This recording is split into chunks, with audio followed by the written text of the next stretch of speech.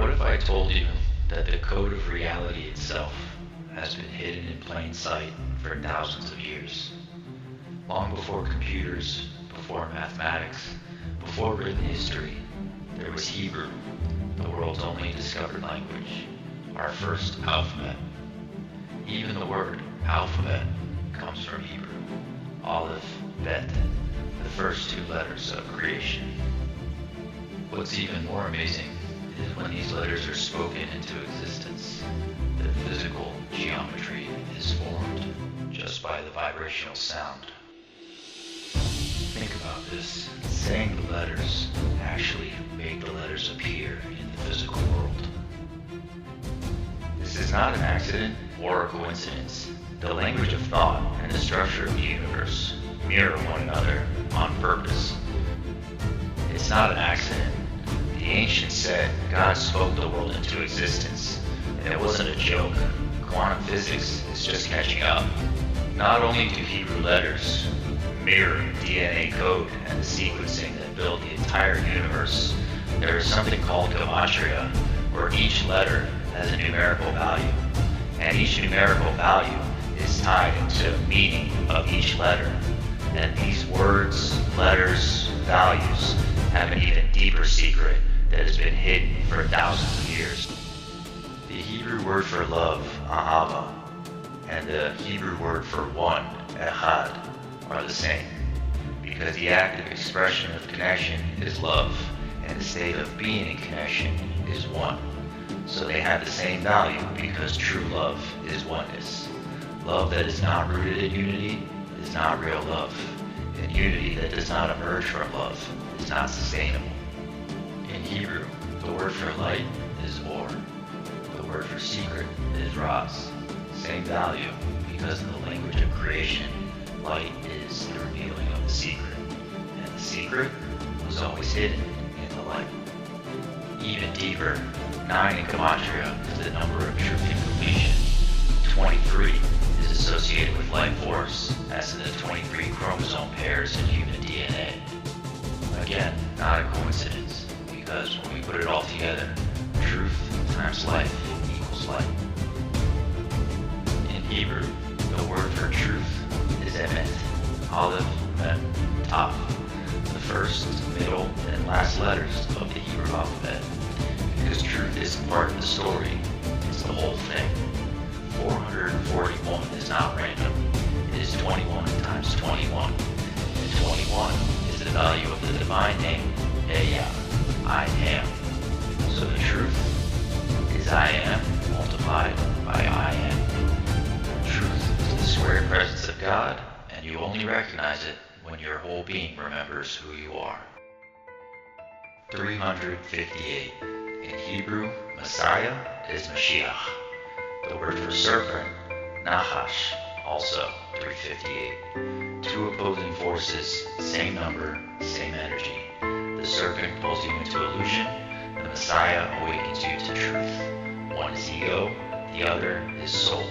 But both are mirrors, because the path to light always begins in the shadows. 86. In Hebrew, the word for God is Elohim.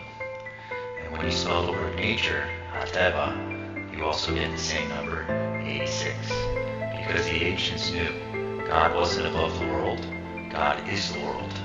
Elohim is the divine code.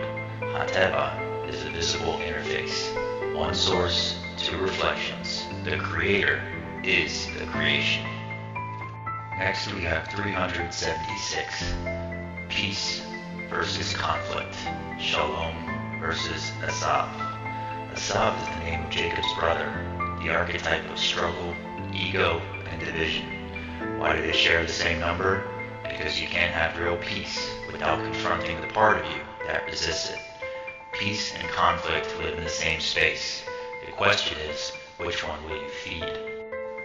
At this point, they can't be coincidences. This is the mathematical DNA of consciousness itself. Every letter having a number, every word having a frequency, every thought has a code. Hebrew isn't just a language, it's the genetic blueprint of reality. From galaxies to atoms to neural networks, Hebrew is everywhere. When we trace Hebrew back to its origin, we see an ancient empire in which power feared truth. So that empire created a weapon, projection warfare. Babylonians accused the Hebrew people of false worship while worshiping golden idols. Rome accused them of disloyalty while conquering the world. Medieval Christians accused them of ritual murder during the Crusades. The pattern continues. Same people, new labels, same lies, different century. Every accusation is a confession. Every projection reveals the projector.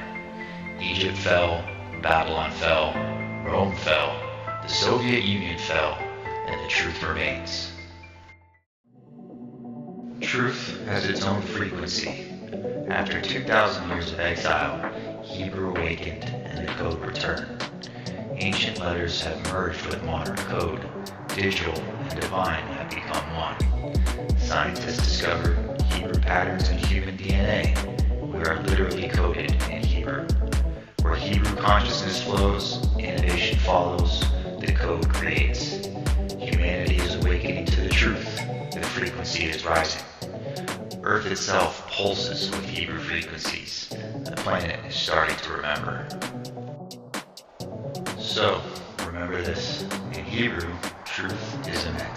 441. The word Israel, Yisrael, equals 541. The difference, exactly 100. In Kabbalah, 100 is the number of divine completion. Because Israel is not just a place on a map. It's what happens when truth becomes whole. Truth is potential. Israel is its purpose. 441 is the root. 541 is the awakening. This isn't politics, it's mathematics. It's destiny written in numbers. And destiny tells us that World War III happens when its people turn against Israel for the third time. That time is now. So, what is the heart of this conversation? What is the point of where I'm going? Many call 528 hertz the frequency of love, but in Hebrew, it means more.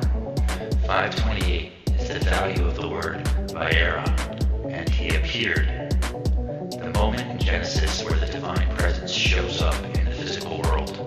528 isn't just an emotion, it's revelation. It's the vibration of love becoming real, not just a feeling, a frequency that calls into divine form. And if we are to be on that frequency, we need to be doing it together. This is the conversation.